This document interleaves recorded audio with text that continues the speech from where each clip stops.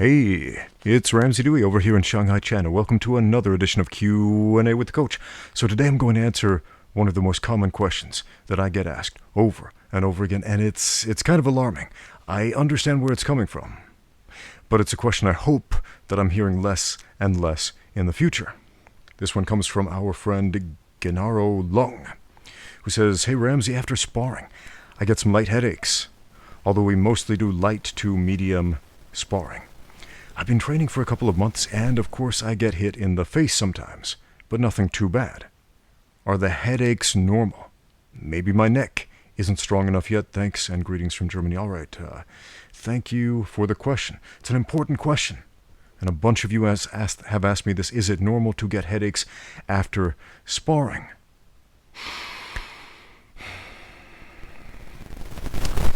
Okay, if you are sparring in a way that is going to snap your head back and put a bunch of pressure right there at the base of the skull, okay? And you're getting neck and spinal trauma right there, and your chin's getting lifted, or your head's getting twisted, or something like that, and your brain is rattling around inside of your head, that's a problem. That is the normal response of the body to blunt force trauma to the brain, is to experience pain, often headaches afterward. This might surprise you. I personally haven't had a headache since I was 9 years old. And I don't really understand why. I used to get a lot of headaches when I was a little kid, and then one day I was watching some kind of commercial for a headache medicine. I don't remember which one. But the voiceover guy, with this deep, manly voice, started out saying, "This headache medicine stops stress-caused headaches," or something like that, because stress causes headaches. And when I heard those words, I thought, stress causes headaches. How interesting. Because doesn't the mind determine our level of stress? I thought. Is it all in my head? And so I had this weird idea. I thought, I'm going to decide right now I will never get a headache again. And weirdly, it never happened. I don't know how to explain that. I've heard some other people explain similar situations, that they don't get headaches, not too many. Even when I broke my skull in multiple places, had compound skull fractures, no headaches, weirdly. But yeah, I hear this a lot. That's a big aside. That's not normal. Like, not getting headaches from blunt force trauma to the brain is not normal. Now,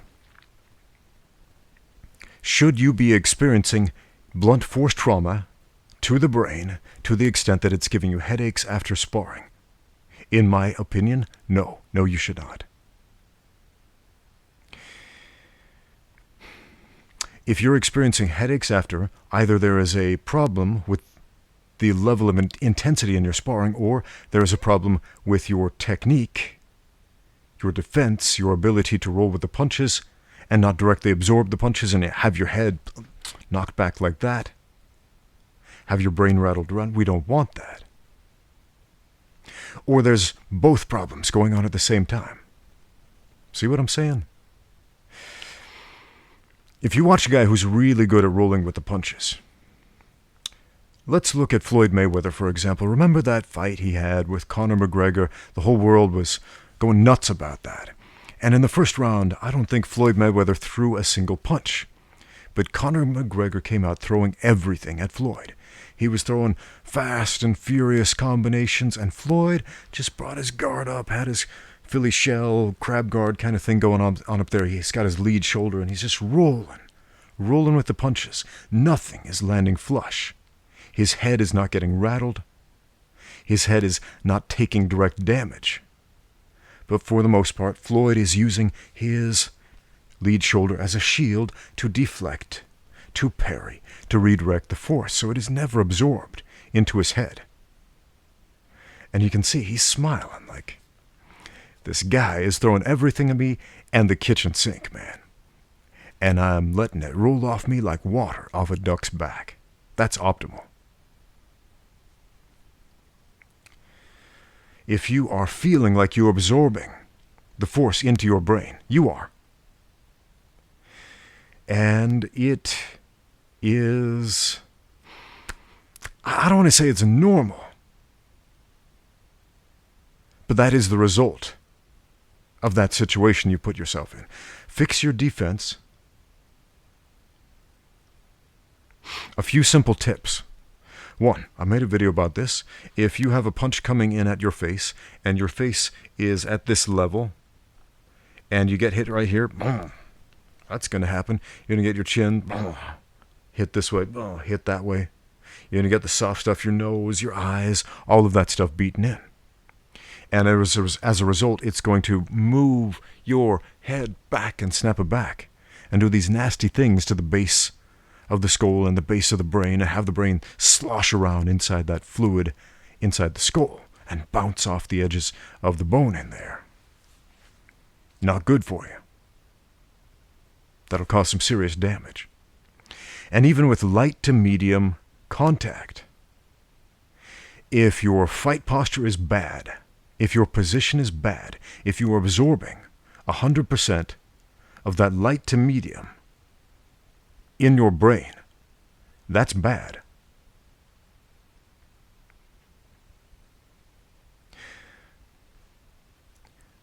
I've got a bunch of videos on how to spar safely, how to spar wisely, how to do light technical sparring, with tons of examples, hours of sparring footage. I suggest go watch it, go check it out. Some of them are very, very light, some of them are more spirited. But in every one of those, you have to observe the first rule of fighting. And when I say rule, I'm not talking about fouls. Don't do this, don't do that. I'm talking about the do's of fighting. Protect yourself at all times.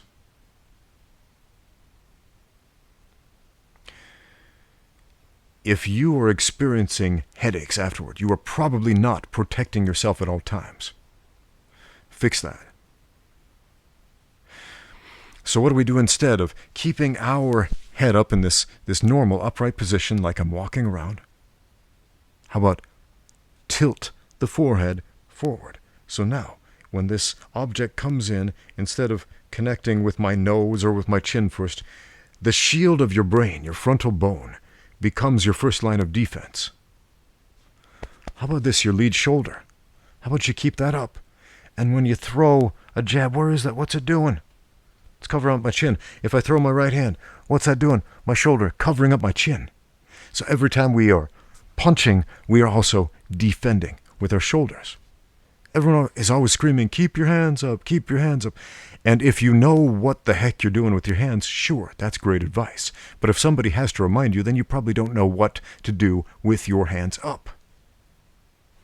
Keep your shoulders where they need to be to protect this, to protect this. Anytime you are punching, you are also defending. One shoulder protecting one side, one hand protecting the other side. That's really the only time we need a hand up. Okay? If we're dancing around outside of the pocket, do whatever the heck you want with your hands. Do some playing around, feinting, faking. Go back to Floyd Mayweather and his Philly shell and the crab guard and those things he does, this kind of thing. Right? He puts his hands in some positions that aren't necessarily up. The shoulder's up, right? This hand is up here, this hand is up here, this hand is up here in these different positions. This hand is up, sort of. But that lead arm is down by the body. So what's going on there? Is he not intelligently defending himself because both hands aren't up? No. Shoulder's doing the work. The body's doing the work. He is putting himself in the right position to roll with the punches, to deflect the energy around the body instead of absorbing it directly.